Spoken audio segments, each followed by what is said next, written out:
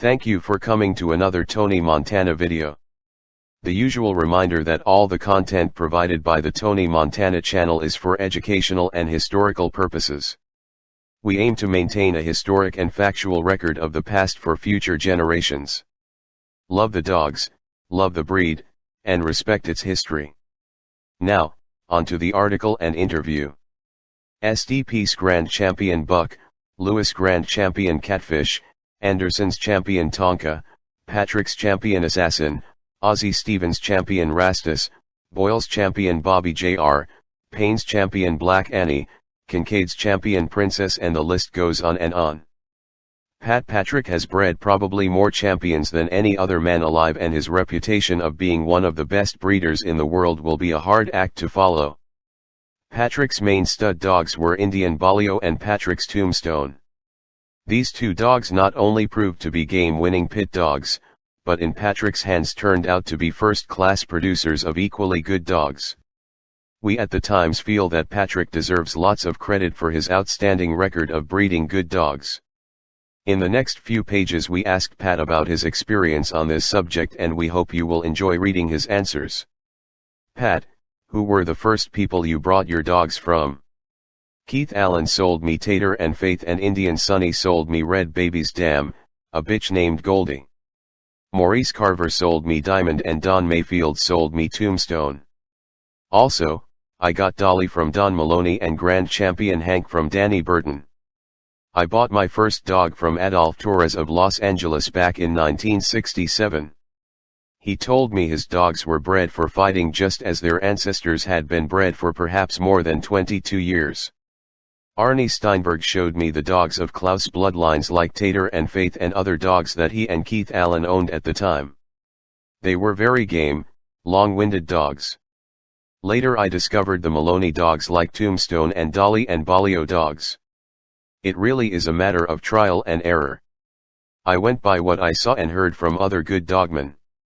I've tried lots of different bloodlines, always trying to stay with the bloodlines that consistently produce a high percentage of good to great bulldogs. I have settled on the Maloney dogs, the Balio dogs, and the Tater and Faith lines because these bloodlines have worked the best for me and produced good individuals. I also like the dogs that come from Indian Sunny's Curvino dog, Crusher, and the old Carver dogs with little or no Belizean bloodlines in them. The reason why I bought Tombstone from Don Mayfield was because I talked to Bert Sarles and Indian Sunny and other California dogmen, and they all said he was a good dog. What qualities are you looking for in a dog? Gameness. The desire to keep fighting when a dog is hurt, tired, and losing. That is the most important quality. Endurance, often called stamina or natural air, is the next most important quality in my book. I like a smart fighting dog that can adapt to his opponent.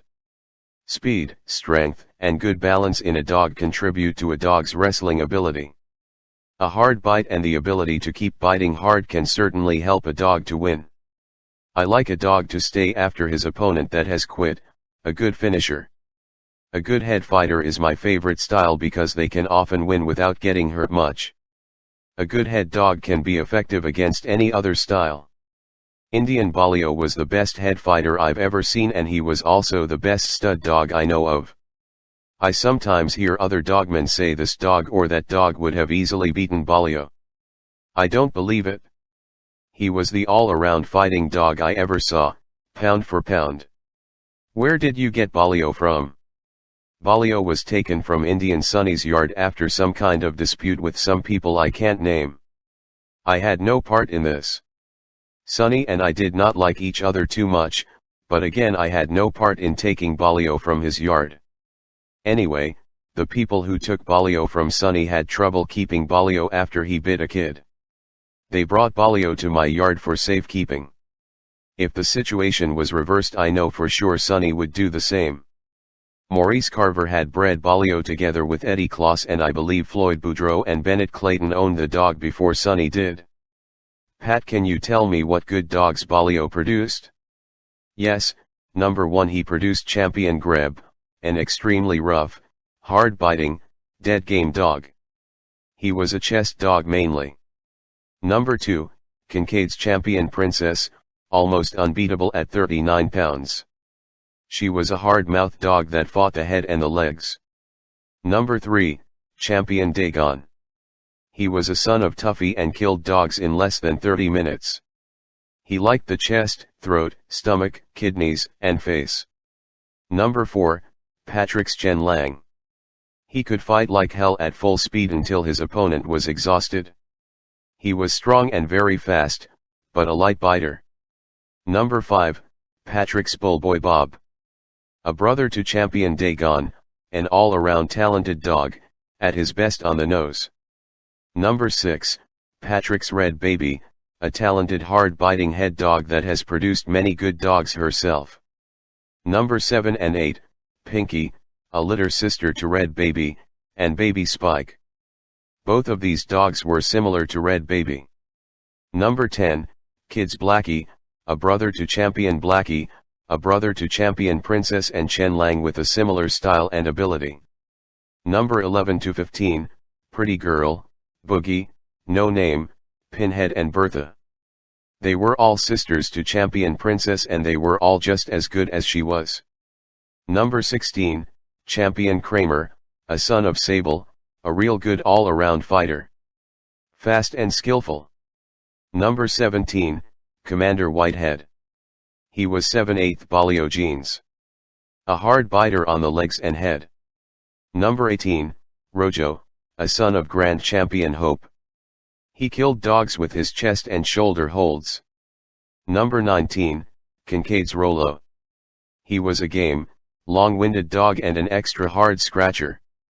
Rolo was a son of Champion Princess. Number 20, Patrick's Kona, a daughter of Boney Maroney, Tonka's sister. Kona was an ace, very fast and strong with a hard bite. Number 21, Eldo Spitz Cortaro, an inbred son of Bolio. He was never matched for money, but he was very game, with great natural air. He bites hard and is a good head dog. There were a lot more outstanding Bolio dogs, but I bragged about him enough for one interview. If you had to breed to a male dog outside your own kennels, which one would you pick and why? There are a few good ones I would like to breed to some good bitches. One of them would be Smith's Red Rock. He is a pit ace with gameness and head fighting style I like. He is an inbred Champion Tonka dog and I already own his sister Anderson's Rose and all her pups turned out game. Another dog would be Diamond Jim's Luther. This dog is very heavy in Carver's Ironhead and he was bred to my Rose bitch when Diamond Jim owned her. From this breeding came some great dogs. Also Rodriguez's Champion Midnight. This dog has taken some good dogs out very quickly. He is a well-bred dog with perfect conformation for combat. Another dog I like is Allen's Grand Champion Robert T. He has the head fighting style I like, and he is a blend of the Carver's Black Widow and my Tater and Faith, Bolio and Tombstone Blood. He proved his great stamina in a 3-hour win. When and why did you buy Anderson's Champion Tonka? Champion Tonka was about 7 or 8 years old when I bought him from Ronnie Anderson. He is out of Tombstone and Red Baby. This, plus the fact that he is a very good fighting dog and a hell of a producer, convinced me to buy him from Ronnie. I can't keep track of all the dogs that he produced because Ronnie bred him often before I got him, but I will name you a few that I know of. When he was bred to Sherwood's Blondie, a 2-time winner herself, he sired Champion Sean and Champion Willie Booger. When bred to Anderson's Raven, he produced Champion Billy and Champion Buck. He also sired Champion Bacifus and Champion Samantha, who is still being campaigned. Champion Tonka is not recognized as a ROM in the Sporting Dog Journal and that's a real rip-off. He should definitely be ROM and I'm sure if he were a Georgia-bred dog he would be. What was your relation to Anderson, Carver, Indian Sunny, or other dogmen? Anderson and I did business together and I considered him a friend of mine. I purchased one dog from Maurice Carver on a weekend visit to his place. I wish I had purchased more dogs from him at the time, because I believe he had the best dog yard in the world from about 1968 to maybe 1978. Indian Sunny has lots of knowledge and experience and I like the bloodlines that he uses. Carlwyn runs a smaller yard, but he also knows how to breed good dogs. I believe that these people are good breeders and I respect them for that. Floyd Boudreau and Gary Hammonds also have great knowledge and experience, and many famous dogs have come from their yards. Bobby Smith of Texas always had good dogs in his yard, and he has probably seen more fights in his life than anybody else. Ron of the U&S Kennels in Europe is a very intelligent breeder, and he is putting out some of the best dogs in the world. Mike Harrison, Darren Steele, Bruce Foster, and Navarro will be breeding outstanding dogs in the future. What do you consider more important, pedigree or individual performance? To me, pedigree and individual performance are equal in importance. All dogs have their own genes, different from other dogs, even his own brother. I think the better dogs have the better genes most often. Sometimes a very good dog comes along with not much quality in their pedigree. Maybe he is a throwback to some of his few good ancestors, but a dog like this is never a good producer. I would not use a pit ace for breeding if he did not have a solid pedigree. I would not use a super bred dog for breeding if he was not game either. For best results you need both good breeding and performance. There is no compromise. What is the best dog on your yard right now? Patrick's Homer. He is a son of Eldo Spitz and a pure Klaus bitch named Cricket. His parents are dead game. I purchased him from Gene Wright. Gene had won twice with him when his opponents were picked up in less than 20 minutes. He also collected some forfeits. I bought Homer in his prime, or else he would surely have made grand champion at 30 pounds. I would really like to take this opportunity to thank Gene for selling me this great little dog. His pups are very game talented dogs, and he will be a ROM soon. How do you determine the quality of your dogs, and especially in those you sell as a puppy? First of all, the dogs I use must show the traits we talked about before, like gameness and determination to keep fighting while under pressure. When I breed a well-bred game male to a well-bred game female, I have all the confidence in the world that the pups I sell have a good chance to be game too. Due to the strict laws, I can't roll or match dogs, and I must, and do, obey these laws. However, my breeding stock is all proven game, even if someone else did the testing. I cannot legally fight dogs or sell them to fight, and I obey this law, but it is not illegal to breed proven game dogs or retired champions, and this is what I do. Champion Tonka is a good example of this. He won 3 matches in front of many people in another part of this country, and when he came to me in my yard, he never had another tooth in him. I don't like these laws, but they exist and I obey them for my own safety. What can you tell me about Tombstone? Tombstone was a deep game dog that won a come from behind fight in the hands of Don Mayfield against a dog that was considered unbeatable. I used that Tombstone as a stud dog and sired many good dogs. When I bred him to Balio's daughter, Red Baby, he produced Champion Tonka, who was a very hard-biting nose dog. In the same litter were Champion Snubby, Wilson's Champion Crash, and Dugan's Alley. He won twice with the head fighting style that was the trademark of this litter. Then there was Falcon Eddie, a one-time winner, Merit Snapper, a one-time winner, and also Crumbs Crea Mater. This female won 2 matches and no takers after that. Ruth Smash was also out of Tombstone and Red Baby, and he won at 48 pounds. He was foolishly matched into a 58 pounds dog and he was killed in this match. 8 pups out of this combination won 17 matches and lost only once. Tombstone also produced Lewis Grand Champion Hope. She was out of Champion Catfish. Hope could do it all. Her combination of wrestling and hard biting, stamina and gameness was too much for the 40 pounds bitches of her day. Furthermore, he produced 3 males that won about 10 matches between them when he was bred to Ozzie Stevens Precious. There was Champion Tuffy, who was Hope's brother. He was not fast or smart, but strong with good air and plenty of gameness to get the job done. Tombstone also sired Pool's Champion Teresa, who won 5 but lost 1. What do you believe to be more important, the stud dog or the brood bitch? I really believe that both male and female are equally important.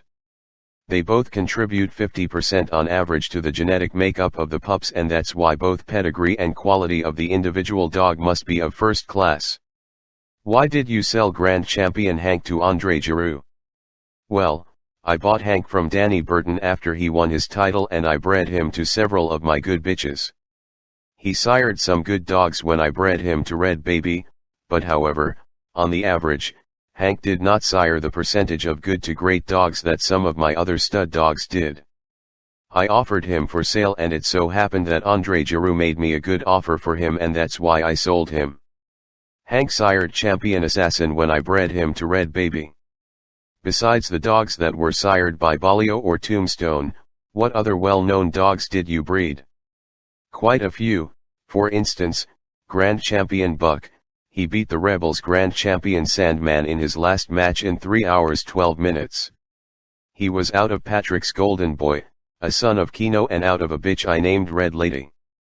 Kino also sired Payne's Champion Black Annie when I bred him to Slick. Kino himself was sired by Tombstone, and he was a very game dog, but never matched. Note from Tony Montana. There is dispute about the true breeding of Grand Champion Buck. It is rumored that Buck was not out of Golden Boy, but instead Buck is out of Patrick's Little Tater, a son of Patrick's Bullboy Bob. If you like these types of historical videos, press the like button. It will make YouTube suggest my videos to new audiences. Knowledge beats ignorance. Now, back to the interview. When I bred Bullboy Bob to Blitz, I got Steele's Champion Hammer, and when bred to Mabel, he produced Boyle's Champion Bobby Jr. When I bred 4 bits to Blitz, I got Wichita's Champion Blaze. Another stud dog of mine named Bolio Jr. sired Dan's Champion BJ and Grand Champion Ojo Azul. I bred Patrick's Jose to a bitch from McHarry, and that produced Stevens Champion Rastus and Chance's Bobby McGee. I also bred Patrick's Billy to a bitch of Arnold Steinberg, and from that combination came Steinberg's Champion Jody. When Billy was bred to my old Sable bitch, he produced Stevens Champion Tammy. Altogether I believe I bred more than 30 champions, and that is not counting the truckloads of 1- and 2-time winners that came out of my brood stock. Who do you believe is the best dogman all around? That's a tough question to answer.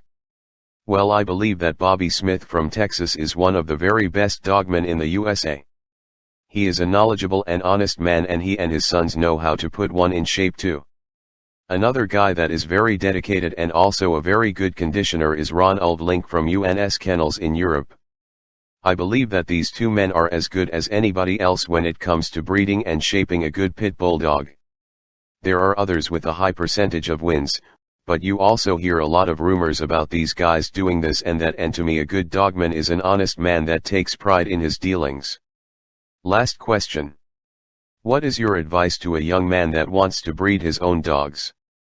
Buy the best breeding bitches you can find and breed them to the best males in the country, even if you have to travel with the bitch and pay a stud fee of $500 or $1,000.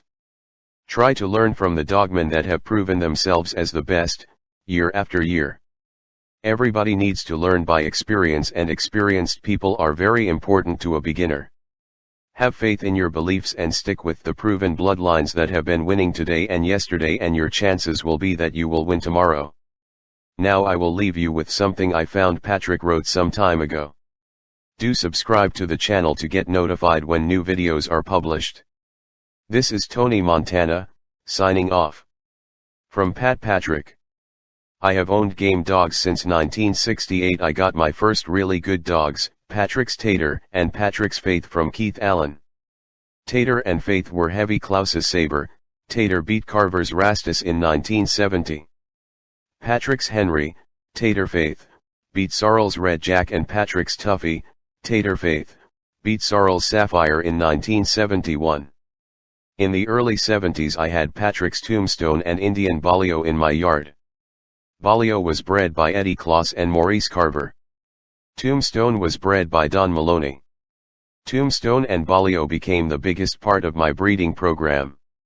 Tombstone died young, but Bolio lived to 13, and I really loaded up on his blood. I bred daughters of Bolio to Tombstone and daughters of Tombstone to Bolio. The percentage of good to great dogs that came from these breedings was very high. I bred Balio to my Tater Faith bitches and a daughter of Cavers, Ironhead and a daughter of Davis Boomerang. He sired great dogs from all of these breedings. Balio bloodlines can be inbred with good results.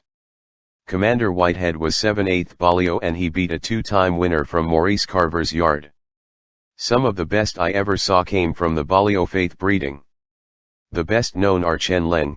Maloney said he was the best dog he ever saw after conditioning him to a win in Texas, and Champion Princess. Almost all the Balio blood and the Tombstone blood in the world today came directly or indirectly from my yard in Arizona. The dogs I have sold have always been of high quality. I am very proud of the success my dogs have had and I worked very hard to achieve this success. I have bred more champions and grand champions than any other breeder past or present. My dogs have done very well on the Register of Merit list. Tombstone, Homer, and Balio became Register of Merit in my yard.